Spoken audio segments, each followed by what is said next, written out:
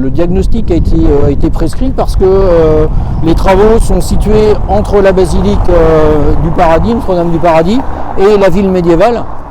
Donc c'est dans un secteur qu'on connaît très très mal. En général, sur la ville d'Hennebont, il n'y a pas eu beaucoup d'opérations archéologiques, donc on ne connaît pas très bien le fonctionnement de la ville au Moyen-Âge et à l'époque moderne.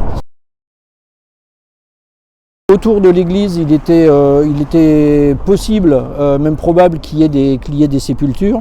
Et ici, sur l'espace public, on pouvait s'attendre à avoir des anciens habitats, puisque autour de nous, on a soit des constructions 17, 18e, soit des constructions qui sont postérieures à la Seconde Guerre mondiale, mais on n'a pas de bâti médiéval. Il est possible que le bâti médiéval, voire, parfois ça arrive, hein, en ville, on pense ville médiévale, donc vestiges médiévaux, mais on peut très bien par hasard tomber sur des vestiges de la préhistoire, pourquoi pas. Ça arrive parfois dans des travaux sur des villes médiévales. Moi, ça m'est arrivé à Saint-Malo, dans les jardins de l'évêché de Saint-Malo. Les seuls vestiges qu'on avait, c'était des vestiges de l'âge du bronze, donc qui n'avaient rien à voir avec la ville en fait.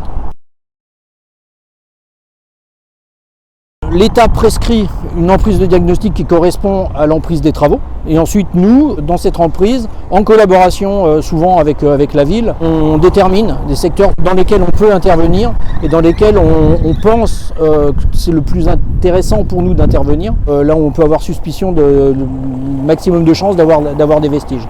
Et puis en tenant compte avec tout l'environnement là qui sont des contraintes et qu'on est obligé de faire avec. On essaye de travailler en bonne intelligence avec les aménageurs, ici notamment au niveau du diagnostic. Donc il y a une véritable collaboration au niveau de la préparation. On a eu plusieurs réunions de préparation pour la mise en place des tranchées, pour la mise en place des barriérages, de l'aide technique qui peut être amenée par la ville. Et ça se passe généralement plutôt bien. Nous, une fois qu'on a fini le traitement sur le terrain, sur les tranchées elles-mêmes, donc il y a une entreprise qui est mandatée par la mairie qui va venir les reboucher. Alors pour nous, le travail n'est pas terminé. Ensuite, il y a toute une phase de traitement en laboratoire, enfin au bureau. On va nettoyer les éléments de poterie qu'on a pu trouver, ou les différents éléments. On va faire la synthèse de tous les éléments qu'on a trouvés, de la stratigraphie, c'est-à-dire l'organisation des couches de terrain sur le site. On va reprendre les plans, etc. et rédiger un rapport qui va être transmis au ministère de la Culture et à la ville d'Hennebont.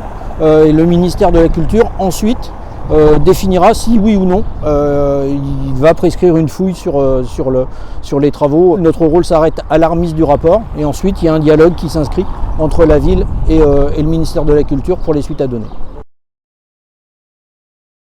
Là, je pense que le rapport devra être rendu certainement avant la fin de l'année. Ce n'est pas un très gros diagnostic, il n'y a pas non plus énormément de données à traiter. Vraisemblablement avant la fin de l'année, le rapport sera rendu peut-être en septembre.